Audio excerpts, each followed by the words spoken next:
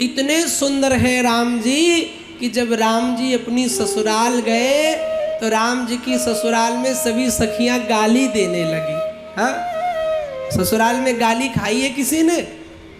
हाँ, अब सभी खाते हैं ससुराल में गाली। जब राम जी नहीं छूटे तो आप सब कौन से खेत की मूली है? आप तो खेत की भी मूली नहीं, आप तो मामूली है। हाँ, भाई ससुराल ऐसी जगह ही होती है। राम जी जब गए तो सब गालियां देने लगे। राम जी से पूछे अरे जनकपुर की नारी, बताव बबुआ लोगवा देत काहे गारी देने लगी। राजा दशरथ जीता कैले होशियारी, हमारे अवधि का गीत है।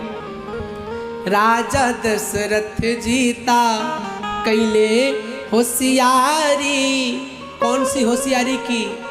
एक एक मर्दवा के, मर्द माने हस्बैंड, एक एक मर्दवा के तीन तीन ठोनारी, यानी एक एक के तीन तीन महिलाएं हैं। और बताओ बबुआ लोगवा देत काहे गाली। थोड़ा सा विश्वामित्र बोले गाली क्यों देती हो? तो सारी सखियां उनकी तरफ पहुंच गई। ए बुढ़ऊ बाबा के पाकल पाकल दाढ़ी, ए बुढ़ऊ बाबा के। अब आप ही जवाब दे दो। विश्वामित्र से कहती हैं कि तीन लाल गोर गोर, तीन लाल गोर गोर एक काहे कारी।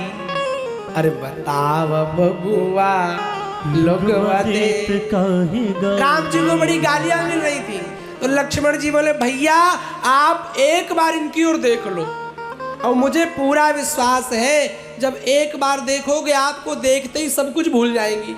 राम जी ने कहा नहीं नहीं मैं मर्यादित हूँ, नीचे नजर करके चलो। लक्ष्मण जी बोले तुम्हारी मर्यादा के चक्कर में 6000 गाली खा चुके हैं।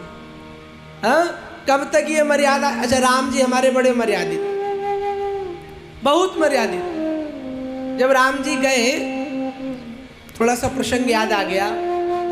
तो जब कलेवा हो रहा था तो राम जी की सखियों ने क्या किया, राम जी की जूती पनही उठाई और एक साड़ी उस पे लपेटी और थाली में लेके आ गई। राम जी से कहा राम जी इनका पैर छुओ। बोले क्यों? ये हमारी कुलदेवी है। तो राम जी महाराज तुरंत छूने चल दिए, लाओ पैर छू लो। लक्ष्मण जी ने कहा भैया भैया रुको रुको रुको। बोले क्या? बोले आज तक ऐसी नोक वाली कुलदेवी कभी नहीं देखी। हाँ, लक्ष्मण जी ने कहा भैया तब प्रणाम करेंगे जब कुलदेवी के दर्शन कराओगे। सखियां कहती नहीं नहीं हमारे यहाँ कुलदेवी पर्दा नहीं करती, पर्दा नहीं उठाती।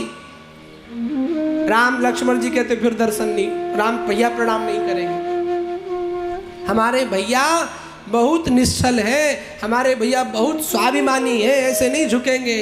सखियों ने कहा जानते हैं कितने स्वाभिमानी है, इतने बड़े स्वाभिमानी हैं, इतने बड़े ईमानदार हैं कि 52 के घर, बलि के घर 52 बन के गए तो भिखारी बन के गए थे, इतने बड़े स्वाभिमानी हैं। अब लक्ष्मण जी को लगा ये तो बड़े दिन की पोल पट्टी खोल देंगी।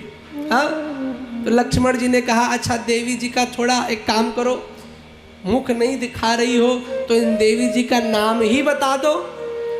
तो सखियां कहती देखो सरकार, छोटे वाले तुम बड़े तेज हो, बड़े वाले तो कुछ नहीं बोलते, तुम बड़े तेज हो। हमारे यहाँ देवी का नाम भी नहीं बताया जाता है। अब राम जी की कलेवा रुकी की रुकी पड़ी। राम जी प्रणाम न करें तो कलेवा आगे नहीं बढ़े। भरत भैया आए और भरत भैया ने थाली वाली देवी के आगे दंडवत प्रणाम कर दिया। अब जैसे प्रणाम किया सबने साड़ी उठा के खींच दी, जोर जोर से हंसने लगी। ये देख जूती को प्रणाम कर रहा है। भरत भैया ने भी कह दिया राम जी की ये जूती ही तो मेरे लिए देवी देवता है, इनकी पनही तो मेरे जीवन का सौभाग्य है, और कुछ नहीं चाहिए। भरत जी महाराज उन्हीं खड़ाओं से ही तो प्रेम करते। तो राम जी बड़े सीधे, लक्ष्मण जी टेढ़े। लक्ष्मण जी बोले भैया ऊपर देख लो एक बार, सखियां गाली दे रही। राम जी नहीं माने, लक्ष्मण जी ने बहुत समझाया तो राम जी तिरछी चितवन से करके इशारे तेरे नैनों से ऐसे न मारे।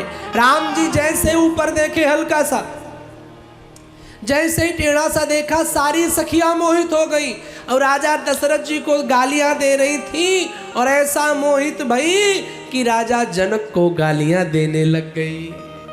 इतने सुंदर राम जी।